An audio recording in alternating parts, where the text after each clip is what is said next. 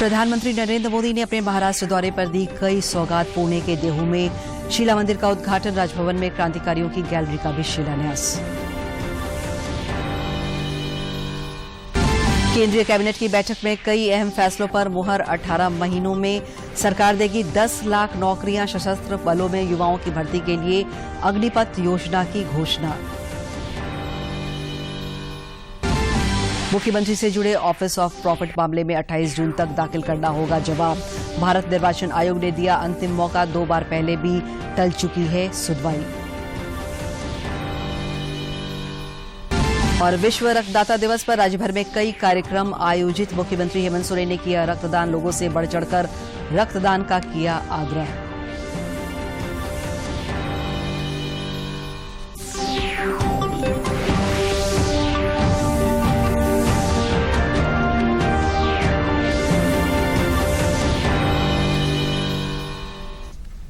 नमस्कार, खबरें झारखंड में आपका स्वागत है। मैं हूं दिव्या और अब समाचार विस्तार से।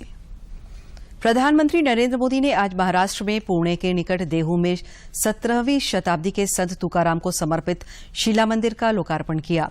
उन्होंने संत तुकाराम के अनुयायियों के साथ भी बातचीत की।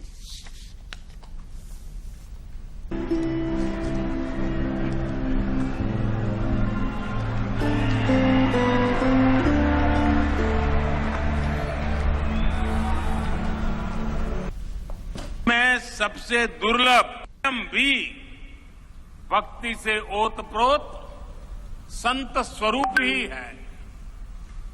इसी भाव से मैं देहू के सभी नागरिकों को, मेरी माताओं बहनों को आदरपूर्वक नमन करता हूं। अभी कुछ महीने पहले ही मुझे पालकी मार्ग में साक्षी बनी हो। मैं मानता हूं कि वो सिर्फ शिला नहीं, वो तो भक्ति और ज्ञान की आधार का सामना किया। संसार में उन्होंने भूख देखी, भूखमरी देखी, दुख और पीड़ा की बारी अवसरों की समानता का प्रतीक रही है। साथियों, संत तुकाराम जी कहते थे, जेका रंजले गांजले, जेका रंजले गांजले, त्यासी मणे जो आपुले, तोची साधु ओळखवा, देव तेथेची जानवा। प्रधानमंत्री ने महाराष्ट्र में आज क्रांतिकारियों की गैलरी का भी शिलान्यास किया। राजभवन में आयोजित एक कार्यक्रम के दौरान इस गैलरी का शिलान्यास किया गया। इस दौरान उन्होंने जलभूषण भवन का भी लोकार्पण किया। ये उन संकल्पों का भी गवाह रहा है जो संविधान और राष्ट्र के हित में यहां शपथ के रूप में लिए गए। अब यहां जलभूषण भवन का और राजभवन में बनी क्रांतिवीरों की गैलरी का उद्घाटन हुआ है। मुझे राज्यपाल जी के आवास और कार्यालय के द्वार पूजन में हिस्सा लेने का अवसर मिला। ये नया भवन महाराष्ट्र की समस्त जनता के लिए, महाराष्ट्र के गवर्नेंस के लिए नई ऊर्जा देने वाला हो।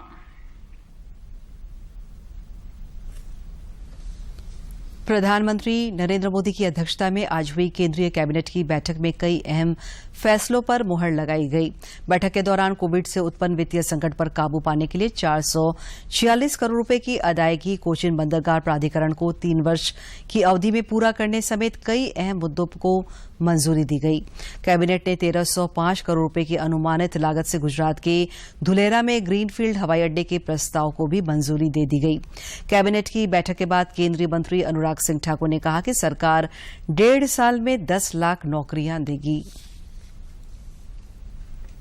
होगा 2016 में ग्रीनफील्ड एयरपोर्ट पॉलिसी के अंतर्गत धुलेरा में नए ग्रीनफील्ड एयरपोर्ट बनाने का इनिशिएटिव लिया गया था, जिसके चलते इसकी एनवायरमेंट क्लियरेंस भी और इसकी सिक्योरिटी क्लियरेंस और रक्षा मंत्रालय से एनओसी भी आ चुका है, होम मिनिस्ट्री से भी आ चुका है। 1501 हेक्टेयर भूमि इसके लिए उपलब्ध करवाई जा चुकी है। Dholera international airport company limited इसको बनाने का काम करेगी। इसमें 51% share holding airport authority of India यानी कि भारत सरकार की होगी।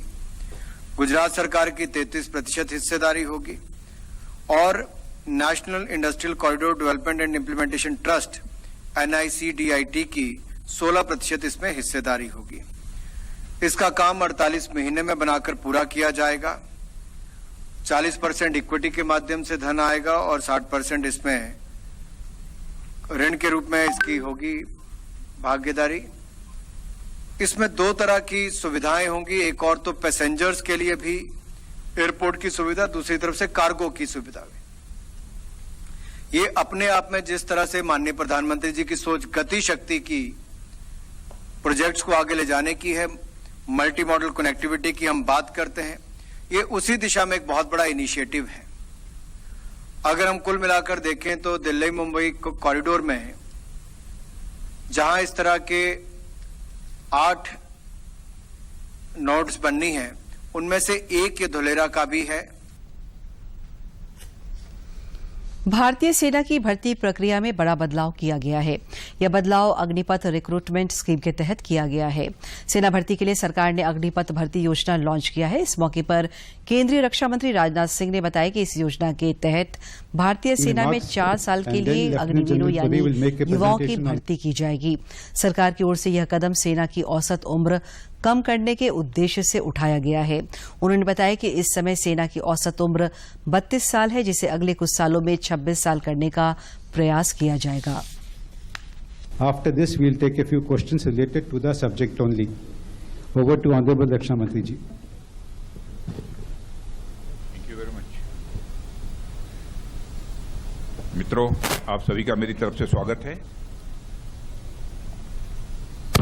आप सभी जानते हैं कि पिछले कुछ वर्षों में भारतीय रक्षा व्यवस्था को और अधिक सशक्त बनाने की दृष्टि से सरकार ने कई महत्वपूर्ण कदम उठाए हैं।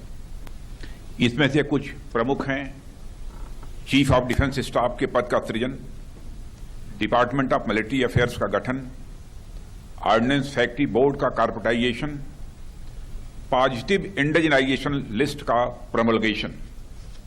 इसी प्रकार डोमेस्टिक प्रोक्योरमेंट के लिए 68% कैपिटल प्रोक्योरमेंट बजट का आवंटन और FDI कैप का 74% तक बढ़ाना, यह कई ऐसे महत्वपूर्ण कदम सरकार ने उठाए हैं भारतीय रक्षा व्यवस्था को मजबूत करने के लिए। इसी दिशा में भारतीय सेनाओं को विश्व की बेहतरीन सेना बनाने के लिए उस दृष्टि से आज कैबिनेट कमेटी ऑन सिक्योरिटी ने भी एक ऐतिहासिक फैसला किया है। आज का अग्निपथ नामक एक ट्रांसफॉर्मेटिव योजना हम ला रहे हैं, जो हमारी आर्म्ड फोर्सेस में ट्रांसफॉर्मेटिव चेंजेज लाकर उन्हें फुली मॉडर्न और वेल इक्विप्ड बनाएगी। अग्निपथ योजना में भारतीय नौजवानों को बतौर अग्निवीर आर्म्ड फोर्सेस में सेवा का अवसर प्रदान किया जाएगा। झारखंड समेत देश भर में पिछले कुछ दिनों से कोरोना संक्रमण का दायरा फिर से बढ़ता जा रहा है। देश में पिछले 24 घंटे के दौरान कोरोना के 6,594 नए संक्रमितों की पहचान की गई, जबकि इस अवधि में 4,035 संक्रमित स्वस्थ भी हुए हैं। केंद्रीय स्वास्थ्य मंत्रालय के अनुसार देश में कोविड के 50,548 सक्रिय मामले शेष हैं। मंत्रालय ने सभी राज्यों को कोरोना संक्रमण के प्रसार को थामने के लिए एहतियाती उपायों पर सख्ती से अमल करते रहने का सुझाव दिया है। देश में कोरोना को शिकस्त देने में टीकाकरण अभियान भी बेहद कारगर सिद्ध हुआ है और अब तक 1,95,35,00,000 से अधिक कोविड रोधी टीके लगाए जा चुके हैं। केंद्रीय वित्त राज्य मंत्री भगवत कराड़ आज अपने 2 दिवसीय दौरे के क्रम में जमशेदपुर पहुंचे। इस दौरान वे राज्य स्तरीय बैंकर्स समिति की बैठक में शामिल हुए। इस दौरान उन्होंने आकांक्षी जिला इंडिकेटर की समीक्षा बैठक भी की। बैठक के बाद श्री कराड़ ने कहा कि प्रधानमंत्री नरेंद्र मोदी चाहते हैं कि देश भर में झारखंड एक समृद्धशाली राज्य बने। उन्होंने कहा कि प्रधानमंत्री के दिशा निर्देशों पर ही इस तरह की बैठकों का आयोजन किया जा रहा है। बैठकों से मिलने वाले फॉलोअप के आधार पर आगे की रणनीति तैयार की जाएगी।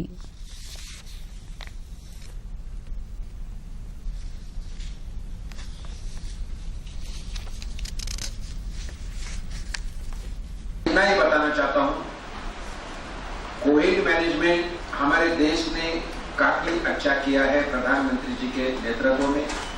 स्टार्टिंग फ्रॉम द मास्क, जहां यहां मास्क का कंसेप्ट नहीं था, पीपीई किट का कंसेप्ट नहीं था, तो वैक्सीन जो हमारे पास बनती नहीं थी, जो चीज मास्क हो, पीपीई किट हो, मेडिसिन हो, वेंटिलेटर्स, मैं डॉक्टर हूं तो मैं समझ सकता हूं वेंटिलेटर्स का क्या इंपॉर्टेंस, वेंटिलेटर्स हो, उसी के साथ वैक्सीन, सब इनोवेशन के साथ बहुत अच्छा मैनेज किया। और उसी टाइम हमारी फाइनेंस मिनिस्टर मैडम ने जो कुछ फाइनेंस मिनिस्ट्री के तरफ से अलग अलग आत्मनिर्भर भारत के अंदर जो स्कीम दिया है अलग अलग क्षेत्र की, तो उसी की वजह से हमारी इकोनॉमी काफी तेजी से बढ़ रही है।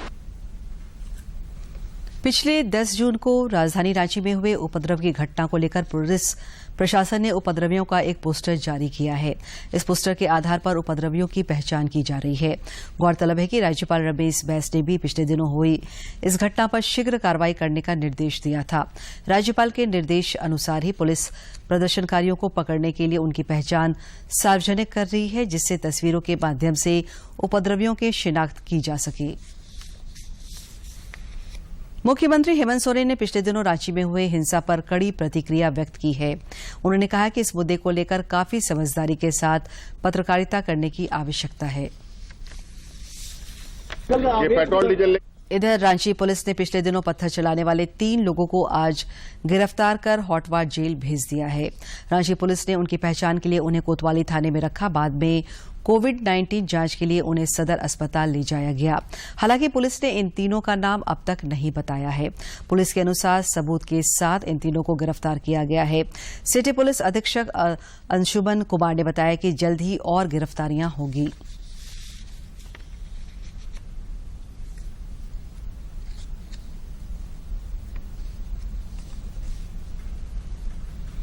कि इसके लिए एक विस्तृत प्रेस रिलीज जारी होगी, उसमें आपको सभी का डिटेल्स मिल जाएगा। सर एक सवाल है, एक मिनट नामजद कितने अभी तक गिरफ्तार हुए?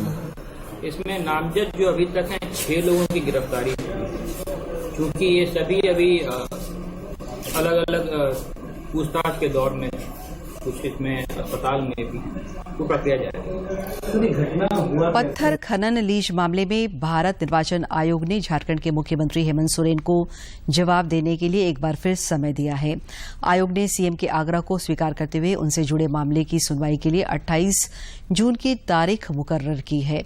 इससे पहले हेमंत सोरेन ने अपने अधिवक्ता की बीमारी का हवाला देते हुए आयोग से समय देने की गुहार लगाई थी। वहीं इससे पहले भी 31 मई की तिथि को मुख्यमंत्री को भारत निर्वाचन आयोग के समक्ष उपस्थित होना था, लेकिन उन्होंने समय दिए जाने का आग्रह किया था, जिसके बाद आयोग ने उनके आग्रह को स्वीकार करते हुए 14 जून को सुनवाई की तिथि निर्धारित की थी। अब आयोग ने इन्हें जवाब देने के लिए अंतिम मौका दिया है। मांडर विधानसभा उपचुनाव को लेकर प्रत्याशियों ने जनसंपर्क अभियान तेज कर दिया है। विभिन्न दलों के उम्मीदवार और निर्दलीय प्रत्याशी भी वोटरों से संपर्क साधकर मतदान की अपील कर रहे हैं। भाजपा विधायक दल के नेता बाबूलाल मरांडी ने आज पार्टी प्रत्याशी गंगोत्री कुजूर के समर्थन में मांडर विधानसभा के बिसहा खटंगा पंचायत में आयोजित जनचौपाल को संबोधित किया। वहीं कांग्रेस उम्मीदवार शिल्पी नेहा तिर्की ने भी आज कई जगहों पर जनसभाओं को संबोधित किया। जिला निर्वाचन पदाधिकारी सह रांची के उपायुक्त छवि रंजन ने आज मांडर उपचुनाव के मद्देनजर प्रशिक्षण कार्य का निरीक्षण किया। इस दौरान उन्होंने प्रशिक्षण प्राप्त करने वाले सभी मतदान कर्मियों से बातचीत की। श्री रंजन ने कहा कि प्रशिक्षण के दौरान एकाग्रता से हर बात सुनने की जरूरत है। इस अवसर पर प्रशिक्षण कोषांग के कई वरीय पदाधिकारी उपस्थित थे। सीयू में आप ये जरूर देख लीजिए, जो वोट कर रहा है वो कंपार्टमेंट से निकल गया है और जो ये नहीं कि रेड है किसी को दोबारा लगा, ठीक है, वो कहाँ से भी पिक करता है, वहाँ भीड़ बहुत रहेगा तो बटन आपको सुनना पड़ेगा, तब तक हमें यूज करना पड़ेगा। और even as a friend, as a partner presiding officer का काम करता है, एज अ दोस्त आपको उसका काम करना हो सकता है। प्रिसाइडिंग ऑफिसर के पास बहुत सारा। बोकारो के नवनिर्वाचित जिला परिषद सदस्यों में से आज सुनीता कुमारी को अध्यक्ष और बबीता कुमारी को उपाध्यक्ष पद के लिए चयनित किया गया। बाद में जिला निर्वाचन पदाधिकारी सह उपायुक्त कुलदीप चौधरी ने उन्हें प्रमाण पत्र देकर उपाध्यक्ष पद की शपथ दिलाई।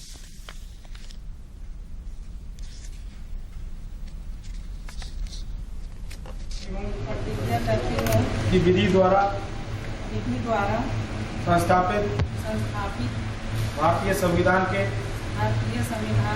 प्रति सच्चा विश्वास एवं निष्ठा रखूंगी। एजेंडा था कि सभी माननीय जिला परिषद सदस्यों को शपथ ग्रहण करवाना, साथ ही साथ जिला परिषद अध्यक्ष एवं उपाध्यक्ष पद पर चुनाव कराना। जिला परिषद अध्यक्ष पद पर सुनीता देवी जी 16 मत प्राप्त करके विजयी हुई और उनके रनर अप में जो रहे बबीता कुमारी जी, जिन्हें 15 वोट प्राप्त हुए। पैर रखते हैं, रिजल्ट तो 2 ही होता है, तो उतना ये होना चाहिए कि जीत हार तो होता ही है। बहुत अच्छा लगा मुझे, और हम चाहते हैं कि जिस तरह मुझे समर्थन दिए हैं हम जनता को विश्वास नहीं देंगे, और बोकारो जिला में जितना है। पोषण सखियों को कार्यमुक्त करने के खिलाफ दायर याचिका पर आज झारखंड हाईकोर्ट में सुनवाई हुई। न्यायाधीश न्यायमूर्ति एसएन पाठक की अदालत ने राज्य और केंद्र सरकार को 2 सप्ताह का समय देते हुए कोर्ट ने जवाब मांगा। मामले में पोषण सखी संघ की ओर से हाईकोर्ट में याचिका दायर की गई थी, जिसमें कहा गया है कि सरकार ने बिना किसी पूर्व नोटिस के पोषण सखियों को कार्यमुक्त किया है। इससे 6 जिलों की पोषण सखियां कार्यमुक्त हुई, जिसमें गोड्डा, चतरा, दुमका, कोडरमा, धनबाद और गिरिडीह शामिल है। झारखंड विधानसभा के अध्यक्ष के न्यायाधिकरण में दल बदल कानून के तहत चल रहे मामले में आज सुनवाई हुई। स्पीकर के न्यायाधिकरण में 3 मामलों की सुनवाई हुई। ये तीनों मामले विधायक प्रदीप यादव और पूर्व विधायक बंधु तिर्की के खिलाफ दर्ज है। पहला मामला भाजपा नेता विनोद शर्मा द्वारा दर्ज किया गया है, जबकि दूसरा विधायक सबरी लाल और तीसरा मामला भाजपा प्रवक्ता सरोज कुमार सिंह ने दर्ज कराया है। राज्य समन्वय समिति की बैठक आगामी दिनांक 17 जून को शिबू सोरेन जी अध्यक्षता में उनके आवास पर आयोजित की जाएगी। झारखंड राज्य में राज्य समन्वय समिति का गठन किया गया था, जिसमें 9 सदस्यीय समन्वय समिति के अध्यक्ष शिबू सोरेन, आलमगीर आलम, राजेश ठाकुर, बंधु तिर्की, सत्यानंद भोक्ता, विनोद कुमार पांडे, फागू बेसरा, सरफराज अहमद एवं योगेंद्र प्रसाद शामिल हैं। 14 जून को देश और दुनिया में विश्व रक्तदान दिवस के रूप में मनाया जाता है। इस मौके पर रांची में मुख्यमंत्री हेमंत सोरेन ने खुद रक्तदान किया और लोगों को इस ओर प्रेरित किया। विश्व रक्तदान दिवस के मौके पर Jharkhand state AIDS control society की ओर से रांची स्थित प्रोजेक्ट भवन में आज रक्तदान महाशिविर का आयोजन किया गया। इस मौके पर मुख्यमंत्री हेमंत सोरेन ने रक्तदान किया और इस पुनीत कार्य में लोगों से बढ़ चढ़कर हिस्सा लेने की अपील की। आप सब लोगों से मेरा भी निवेदन होगा कि आप लोग भी रक्तदान में हिस्सा लें। इस मौके पर कार्यक्रम को संबोधित करते हुए राज्य के स्वास्थ्य मंत्री बन्ना गुप्ता ने कहा कि रक्तदाताओं को सम्मान देकर उन्हें प्रोत्साहित करने की जरूरत है। उन्होंने कहा कि एक ओर जहां रक्तदान को बढ़ावा देने की जरूरत है, वहीं दूसरी ओर भ्रूण हत्या के प्रति भी समाज में जागरूकता लाने की जरूरत है। तब तक उसकी आयु जो है मात्र 6 सप्ताह की आयु होती है, और जब हम उसको अलग अलग कंपोनेंट में कर देते हैं तो 1 साल तक वो खून हमारा सुरक्षित होता है, जिससे हम लोगों की जान बचा सकते हैं। ये तभी संभव होगा जब हम जो है भ्रूण हत्या रोकने का भी काम करें, क्योंकि आज हम देखते हैं कि बच्चे और बच्चियों में अंतर जो है वो कम से कम झारखंड को इस बात के लिए हम धन्यवाद देते हैं कि झारखंड के लोग इसमें समृद्धशील लोग हैं। कार्यक्रम को संबोधित करते हुए additional chief secretary Arun Kumar Singh ने कहा कि राज्य के सभी जिलों में ब्लड सेपरेशन कंपोनेंट्स यूनिट शुरू करने की जरूरत है। उन्होंने कहा कि टाटा के सहयोग से राज्य में बहुत जल्द ही कैंसर अस्पताल की शुरुआत हो जाएगी। श्री सिंह ने कहा कि गांव तक स्वास्थ्य सुविधा में सुधार के लिए ममता वाहन और बाइक एम्बुलेंस जैसी सुविधाओं का विस्तार किया जा रहा है। ब्लड कंपोनेंट सेपरेशन यूनिट की स्थापित करने की योजना अब उस जगह का उद्घाटन भी आज होने जा रहा है और 5 जिले पलामू, जमशेदपुर, गुमला, दुमका और गिरिडीह इन जगह का कार्य आरंभ होगा। हमारा प्रयास है कि राज्य के सभी जिलों में ब्लड कंपोनेंट सेपरेशन यूनिट की स्थापना की जाए। ब्लड बैंक हर जगह स्थापित है। कार्यक्रम के दौरान स्वास्थ्य मंत्री बन्ना गुप्ता ने रांची और गिरिडीह समेत कुछ अन्य जिलों में ब्लड सेपरेशन कंपोनेंट्स यूनिट का ऑनलाइन उद्घाटन किया। इस मौके पर रक्तदान में बढ़ चढ़कर हिस्सा लेने वाले विभिन्न संगठनों को सम्मानित भी किया गया। रांची से करमवीर की रिपोर्ट। गिरिडीह में भी आज ब्लड कंपोनेंट सेपरेशन यूनिट भवन का उद्घाटन किया गया। स्वास्थ्य मंत्री बन्ना गुप्ता ने ऑनलाइन इस भवन का उद्घाटन किया। वहीं इस अवसर पर जिले के उपायुक्त नमन प्रेयस लकड़ा ने लोगों से रक्तदान करने की अपील की।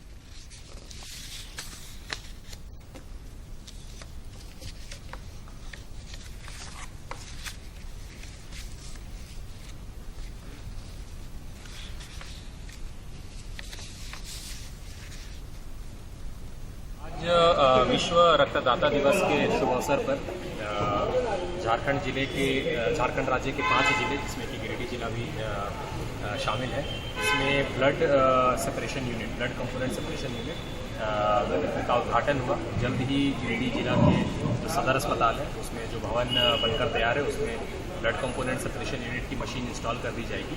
इसका कॉन्सेप्ट ये है कि जो ब्लड में जो अलग अलग कंपोनेंट्स रहते हैं, प्लाज्मा, प्लेटलेट्स, आरबीसी, डब्ल्यूसी, इसको होल ब्लड को लेकर इसको सेपरेट किया जाएगा। जैसे विश्व रक्तदाता दिवस के अवसर पर जमशेदपुर प्रेस क्लब द्वारा भी आज जमशेदपुर ब्लड बैंक में रक्तदान शिविर का आयोजन किया गया। प्रेस क्लब के अध्यक्ष प्रशांत सिंह ने बताया कि 14 जून को विश्व रक्तदाता दिवस के अवसर पर झारखंड के सभी प्रेस क्लबों ने ब्लड डोनेशन कैंप आयोजित करने का निर्णय किया था। जी, कितने बार रक्तदान कर चुके हैं आप? मैं 3 बार किया। 3 बार। आज विश्व रक्तदाता दिवस के अवसर पर सारे झारखंड के प्रेस क्लबों ने निर्णय लिया था कि हर जगह हम लोग ब्लड डोनेशन कैंप लगाएंगे। इसी संदर्भ में हमने आज एक ब्लड डोनेशन कैंप का आयोजन किया है, जिसमें शहर के सारे पत्रकार, समाजसेवी सभी ने बढ़ चढ़ हिस्सा लिया और हमारा लक्ष्य है कि कम से कम 100 यूनिट आज रक्तदान करके विश्व के सारे रक्तदाताओं को एक सच्ची श्रद्धांजलि दें। विश्व रक्तदाता दिवस पर रामगढ़ के सैनिकों ने भी रक्तदान किया। अब तक 56 बार रक्तदान किए हुए एक व्यक्ति ने बताया कि रक्तदान करने से गरीबों की जान बचाई जा सकती है। मैं सभी लोगों को यह संदेश देना चाहता हूं कि रक्तदान सभी लोगों को करना चाहिए। यह एक पुण्य का कार्य है और लोगों को, गरीबों को मदद करने का कार्य है। हमने अपने जीवन काल में लगभग 56 बार हम लोगों ने इस रक्तदान काम को किया। पाकुड़ जिला कांग्रेस भवन में नव संकल्प जिला स्तरीय कार्यशाला का आयोजन किया गया। कार्यशाला में सदर प्रखंड के दर्जनों नवनिर्वाचित पंचायत प्रतिनिधियों ने हिस्सा लिया। इसमें मुख्य अतिथि के रूप में राज्य के ग्रामीण विकास मंत्री आलमगीर आलम ने शिरकत की।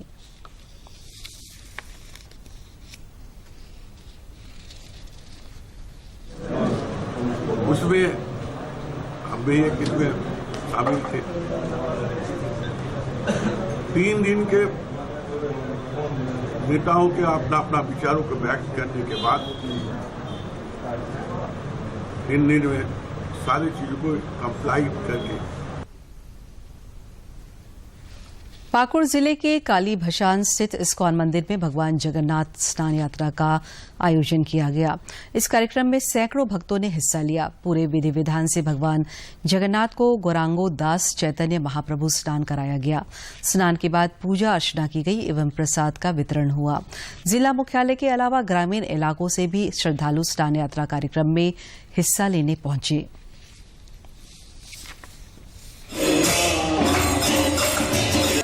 स्नान यात्रा का बहुत परम पवित्र दिवस है। आज के दिन भगवान जगन्नाथ प्रकट हुए थे।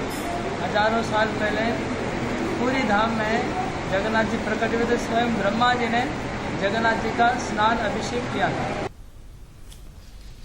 प्रधानमंत्री नरेंद्र मोदी इस महीने की 26 तारीख को आकाशवाणी पर मन की बात कार्यक्रम के जरिए देश विदेश के लोगों के साथ अपने विचार साझा करेंगे।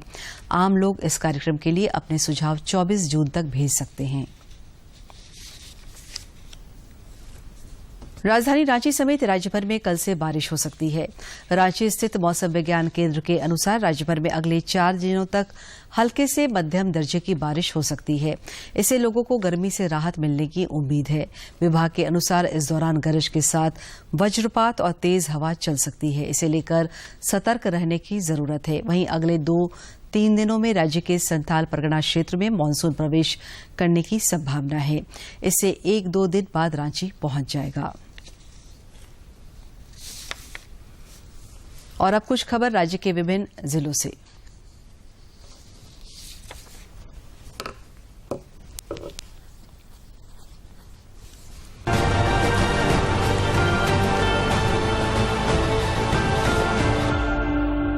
लातेहार जिले में आज साप्ताहिक जनता दरबार लगाया गया। इसमें जिले के शहरी और ग्रामीण क्षेत्रों से आए लोगों ने अपनी समस्याएं रखी। वहीं उपायुक्त ने लोगों को आश्वासन दिया कि उनके सभी शिकायतों का जल्द से जल्द समाधान किया जाएगा। पलामू उपायुक्त ने आज अपने कार्यालय कक्ष में जनता दरबार का आयोजन कर आमजन की शिकायतों व समस्याओं को सुना। इस दौरान लगभग 20 आवेदन आए। उन्होंने इन सभी आवेदनों को संज्ञान में लेते हुए संबंधित पदाधिकारी को तत्काल निष्पादन के लिए अग्रसारित किया। गुमला जिले में खरीफ फसलों की खेती की तैयारियां शुरू हो गई है। खरीफ फसलों की खेतीबाड़ी को लेकर जिला कृषि कार्यालय द्वारा जहां विभिन्न फसलों का बीज वितरण किया जा रहा है, वहीं किसानों ने भी अपने अपने खेतों की जुताई, कुड़ाई एवं मेड़बंदी करने का काम शुरू कर दिया है। खूंटी जिले का डोमारी बुरू को झारखंड सरकार द्वारा पर्यटन स्थल के रूप में विकसित किए जाने की योजना थी, लेकिन लापरवाही की वजह आज तक ये जगह विकसित नहीं हो पाई है। तोरण द्वार और म्यूजियम का निर्माण कार्य तो शुरू कर दिया गया है, लेकिन संवेदक कार्य को अधूरा छोड़कर भाग गया। रक्तदाता दिवस के अवसर पर गुमला ब्लड केंद्र में भी मारवाड़ी युवा मंच ने कैंप का आयोजन किया है। इस कैंप में काफी संख्या में आकर लोगों ने रक्तदान किया। मांडर उपचुनाव को लेकर जिला प्रशासन की तैयारियां जोरों पर है। 23 जून को मतदान और 26 जून को मतगणना की जाएगी। ऐसे में रांची जिला परिवहन कार्यालय में रजिस्टर्ड सभी कमर्शियल वाहन मालिकों से कहा गया है कि वे अपने वाहन, ड्राइवर आदि का डिटेल रांची जिला प्रशासन के द्वारा बनाए गए वाहन कोषांग को दें। एक बार फिर से राजधानी रांची समेत पूरे राज्य में बिजली संकट घर आ गया है। स्थिति का अंदाजा इसी से लगाया जा सकता है कि पूरी रात 1-1 घंटे की लोड शेडिंग शुरू हो चुकी है। हालात इतने खराब हैं कि इस भीषण गर्मी में लोग पूरी रात सो नहीं पा रहे हैं।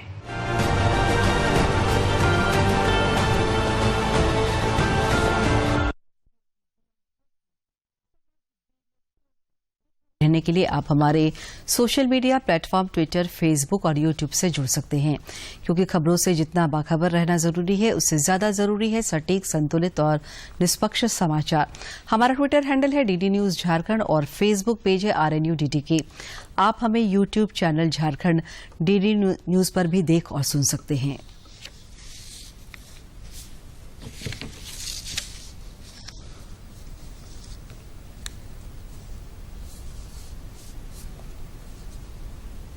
अंत में मुख्य समाचार एक बार फिर। प्रधानमंत्री नरेंद्र मोदी ने अपने महाराष्ट्र दौरे पर दी कई सौगात। पुणे के देहू में शिला मंदिर का उद्घाटन, राजभवन में क्रांतिकारियों की गैलरी का भी शिलान्यास। केंद्रीय कैबिनेट की बैठक में कई अहम फैसलों पर मुहर। 18 महीने में सरकार देगी 10 लाख नौकरियां। सशस्त्र बलों में युवाओं की भर्ती के लिए अग्निपथ योजना की घोषणा। मुख्यमंत्री से जुड़े ऑफिस ऑफ प्रॉफिट मामले में 28 जून तक दाखिल करना होगा जवाब। भारत निर्वाचन आयोग ने दिया अंतिम मौका, 2 बार पहले भी टल चुकी है सुनवाई।